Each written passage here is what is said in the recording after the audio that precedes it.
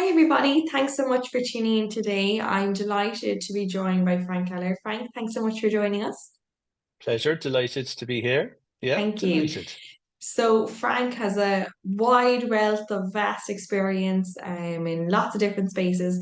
But Frank is also a pediatric osteopath, which will be, giving us an additional insight into, developmental sides and how bits and pieces kind of illustrate and figure themselves out, let's say, as we get a little bit older. Frank, maybe do you want to give the listeners a little bit of an outline as to your own background first, and then we can I kind of can. dive into some content. Okay, I suppose I'm working in healthcare for the best part of 35 years, really. So I first qualified as a nurse for people with intellectual disabilities, and I trained in Cork and Cope Foundation. Fantastic training for 3 years. And then I went and worked in Cope for about a year and a half, and then moved to London. And in London, I worked for a little bit in intellectual disabilities, and then I changed career. I had always been interested in, I suppose, working for myself eventually. So I then became an osteopath and trained in London for 5 years as an osteopath. And after training, I then worked there for a couple of years and then came back home to Ireland to set up my own practice. It became very obvious to me very quickly that I was very interested in pediatrics when I was working. And so I did a lot of postgraduate studies in pediatrics for osteopathy. And I've run a clinic now for since 1997, really, 98 in Cork, and really specialized, I suppose, in the last 15 to 20 years in pediatrics. So working with babies and children and up to the teenagers. To 16 really years old. We have a clinic out in the Model Farm Road. Myself and Sasha, who's another pediatric osteopath, joined the clinic last year. And it's babies and children every day for 5 days a week. And so that's what we've done for quite a number of years, really. So we treat kids right across the age group, and it's really enjoyable work to help the kids themselves and the babies and the children, but also to help their families as well, because I think that's a very important thing with the dynamic. You're treating the family really as well. So that's sort Amazing. of my background. Yeah. Very good. That sounds fabulous, Frank. Never ending, I'm sure, but very, very Oh yeah. rewarding. Yeah. It's busy. I'm sure, It's a busy world, but very enjoyable. Very which is enjoyable. great. So I suppose today, Frank, we'll have a bit of an open-ended discussion. Obviously, Yeah. we're kind of tuning in with our audience around October and Dyslexia Awareness Month. Obviously, by no means is it just something to Yes. apply, obviously, during this month timeline. But the transition to school we've already kind of moved through a little, but stress levels may still be high, Yes. and that still may be evident in the household. So maybe from Mm. that basis, Frank, anything that you might suggest from an education standpoint or even a practical standpoint for home or even in school based around the anxiety stress level piece?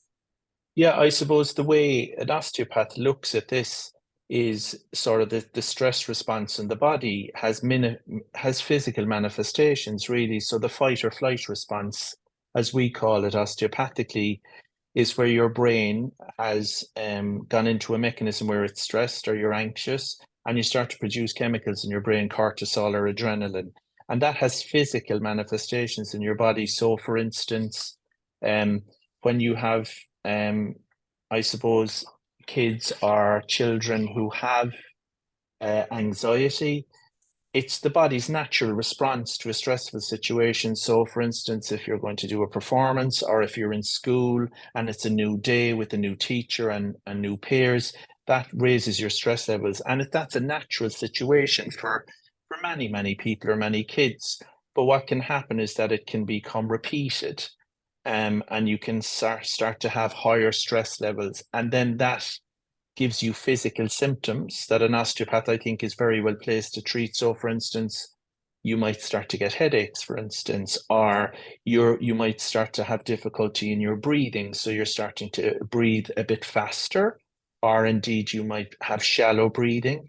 Or your breathing might even speed up because of the stress in the body system. And that's a physical manifestation of stress.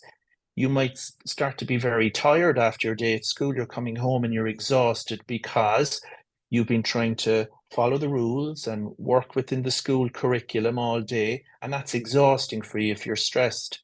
Um, you might start to develop digestive issues because when you're stressed, your body moves blood flow to the muscular system away from your digestive system. So you might start to feel a little bit nauseated or feel that you've a bit of a tummy problem, and you might come home and say that to mom or dad as well. Um, you might also have aches or pains because, again, when your stress system is working, your body is diverting blood flow to your muscles for fight or flight. And so, therefore, particularly in the chest area, because you're breathing more quickly, and that's another physical manifestation. And therefore, again, your heart rate may speed up because of that. And also, your posture may change. So, if you're feeling stressed, you may have what's called an enclosed posture rather than what I call is the superhero posture, where you're ready to take on the world and you're producing different chemicals. So, these are the physical manifestations that a kiddie may present with in the school system or even when they come home and talking to mum or dad about it. And that's what osteopathy, that's where we come in terms of treating some of those things. And I suppose from a day-to-day practicality standpoint, Frank, how does that maybe how is that illustrated, let's say, and how is that maybe corrected, even, or interventions put in place from a home base as to what they can possibly do from there. So if they've noticed now some of those symptoms that you're mentioning and Yeah. unsure of causes or next steps, what might they do from there then, Frank, that you would advise? I think one of the key things would be if your child is complaining with certain physical manifestations of stress, then one of the a really good way of treating them is to have osteopathy treatment because what osteopaths do is, first of all, we evaluate the whole body system and we look at the lifestyle that the child is obviously living in and then the environment is they're working in and how that contributes to their well-being. And obviously, what we do, I think, is we're very interested in their nervous system's response to stress. So if they're physically showing these signs, then it may be induced by a nervous system that's working really, really hard. And one of the key parts of their nervous system is their sympathetic nervous system, their fight or flight system. So when we look at a child who comes into the clinic, we're focusing a lot on things like working on their thoracic spine area, where they might have tension in their thoracic spine. They might have neck and shoulder tension, or they might be complaining of having a little bit of shortness of breath. And believe it or not, neurologically, your sympathetic nervous system is housed in your thoracic spine. So the nerve endings from that area that create stress in the body are in that part of your spinal column. So by treating that area very gently by doing things like, for instance, getting them to do some stretching to keep their muscles more flexible. We may do some very gentle muscle stretching techniques with them where we're trying to improve their range of motion in their thoracic spine. Um, and that helps their neck and shoulder and their upper back to relieve that tension. In doing so, that has an effect on your fight or flight nervous system in that area. And then we might give them little stretches to do at home. So we'll always give them some homework to do, where we'll get them to do some very gentle stretches to try and improve their range of motion or ability in that area. We also will do little gentle techniques where we might articulate their back very, very gently because that promotes movement. Because if you're stressed and in that thoracic area or the mid back area, then the joints very often will be a bit restricted. And as a result of that, if it's not moving so well, that can interfere with the nerve signals to those muscles. We sometimes will do very soft tissue techniques as well, where we stretch the muscles or we mobilize them a little bit. And what you're doing there is you're applying rhythmical movement again to get everything moving a little bit better. A key area for me is their breathing diaphragm, because very often kiddies will breathe from their upper rib cage and ignore their belly breathing, as we call it. So we do lots of very gentle techniques to mobilize their breathing diaphragm, to try and get them to breathe a little bit more deeply when they breathe in and out. And then we'll teach them some breathing techniques to do as well, as part of the program. So I don't know whether you've heard of the 4-7-8 method of breathing. You probably have, Una. It's a really good way of changing their breathing pattern, slowing it down. And we can teach them that to practice it a few times a day if they're feeling stressed as well. So we give them some breathing techniques to do. And the other thing that I'm a huge fan of as well is the superhero pose. I don't know whether you've ever heard of it.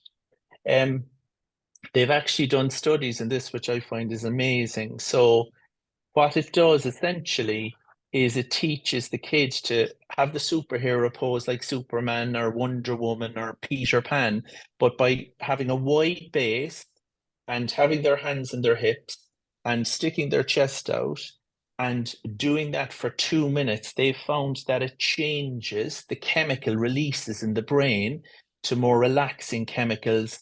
And so we teach them those little things that they can do at home with their parents. And mom and dad can practice as well. And it's a really good way of getting them to sort of practice breathing techniques. Obviously, if we feel they need a little bit more advanced stuff, we might get them to look at mindfulness. I know in certain classrooms now, certain schools, teachers are working with their kids on a day-to-day basis to work on mindfulness. That's a really good way of changing your brain function to a more relaxed status. So there are things we can do physically with them when we're treating them, but there's also lots of advice, like I've described, we can give them as well. Amazing. Yeah, I suppose some of those practical tips and suggestions, Frank, are often very useful because, especially as we're in that maybe heightened state, having something that can be Yeah, actionable can often, have a little bit of ease and be like, okay, I can do yeah. this to make myself or make, help their child feel a little bit better. And from the school base and the classroom standpoint, Frank, that's a really interesting aspect. I know obviously mindfulness has been implemented Mm, throughout lots of different core modules and hopefully integrated an awful lot more in with the curriculum. I suppose teacher stress levels is something we get regularly. I know you're in the yeah, kids space, but obviously there's that intertwining loop. So there's the kid, there's their parents, and there's the core or many teachers that they may interact with. And if that loop can maintain and a balance in stress levels, then it can kind of yes. work in a more of a cohesive unit. And I think that you might recommend, Frank, from maybe even teachers tuning in where they notice, maybe habits or behaviors or high Mm. stress levels than even in a student or in a child, and they're kind of unsure maybe as how to present that or maybe even what to do next at that stage. Yeah, I guess the key with it is obviously nowadays I think that teachers are way more aware of anxiety and stress levels within students. They would have had in-house education. I remember having a conversation a number of months ago with Jess Kennedy, who's a very well-known occupational therapist and who goes in and works with teachers around the whole recognition of anxiety and stress in students and giving them practical guidelines of one, how to recognize it and two practical things to do within the classroom area. And that would be things like working on mindfulness on a daily basis, or, Jess spoke about things like giving students breaks for a little bit so they can have a little bit of support outside so that they might need a break to just go and work on their breathing for a little bit and come back into the school environment again. And I think you're right. It is that circle. It's the circle between the child, the parents, and the teacher. I think closing that circle and having everybody on the same hymn sheet is very important. But getting teachers to recognize if your student comes up to you and says, yeah, I've a lot of neck pain today, or I also have, I feel my tummy is a little bit irritated, I feel a little bit sick, that could be a stress sign that they're manifesting physically in their body, or even looking at their posture on a day-to-day basis, because people who are very confident and have low stress levels have a very open posture, Una, very open. Whereas people who are stressed have a very closed posture. They tend to be a little bit more hunched. You can tell that they're not expanding their rib cage when they're breathing. They tend to have bad posture in the classroom, in the desk area. And you might think, yeah, they're hunching or they're hunching down a little bit, have a look at that, because that can be a sign that they're actually feeling stress and they're kind of cocooning their body a little bit as almost a protection mechanism. And that's something that you can observe physiologically in the body rather than the superhero who walks around and is very confident. Those are things that the teacher can recognize. So recognize if the child is telling, oh, I have a bit of a headache today, or I've got a bit of a pain in my neck, or I'm feeling a bit sick, I'm feeling a bit nauseated, that can be a sign of stress. Massively, yeah, that's so great, Frank. And I suppose even, bits of that mental tracking or even, physical tracking. So, Yeah, if things are coming up as a pattern, are there certain triggers to look out for? Are there different things, at different times of the day where, they yeah, may approach then the teacher. So do they not like maybe doing PE or do they not like certain yes, activities? And then there's a cyclical kind of effect or a nature to it. It might not always be the case, but there might yes, be a pattern to some element of behavior to then build up, I suppose, more of a profile really as to a little bit of a I suppose an outline as to what's kind of happening and then maybe approaching obviously a parent or following through then if yes, there's anything more severe that's needed. Listen, Frank, that's so great. I suppose for anybody tuning in that would like to link in or learn a bit more or hopefully absolutely. attend your practice, how best should they go about doing so? Yeah, I mean we are on all the social media platforms. So it's Cork Children's Clinic is our clinic. We have we have an Instagram page, we have a website, we're on Facebook. So if you Google Cork Children's Clinic, we will come up and you'll be able to access the clinic that way. And as I say, we have some experience of treating kids who have anxiety who are in the school system over the years. And what we work on is their physical manifestations, really, of that stress and work on trying to create a more neutral nervous system. So, a nervous system that isn't going into those stressors, and give them a bit of homework to do, but nice homework. So, things that they can do practically with mom and dad, or even, with their teacher that will help them as well. Fabulous. Perfect. Frank, thank you so much. It's been a pleasure, as always, having you on. Hopefully, that was of practical knowledge to some of our listeners. Again, Yeah, if people have any questions, feel free to link in with us, or again, as Frank mentioned, linking in with his clinic if you wanted to set up an appointment or to ask any further questions to them. Stay tuned for the rest of Dyslexia Awareness Month as we've lots of obviously upcoming webinars and workshops and link in with our social media. And as Frank mentioned, start following his social media too to pick up any of their regular tips and suggestions, which is some great content there that you can even practically apply at home as well. Thanks everybody for watching. We'll speak to you all soon.